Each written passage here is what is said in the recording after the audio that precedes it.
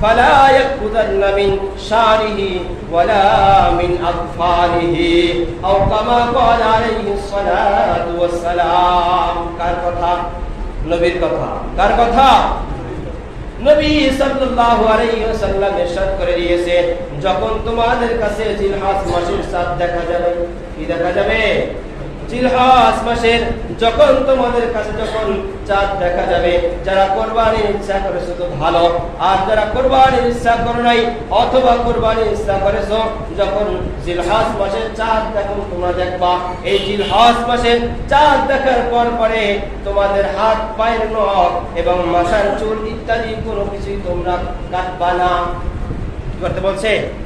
এগুলো তোমরা কিছুই কাটবা না।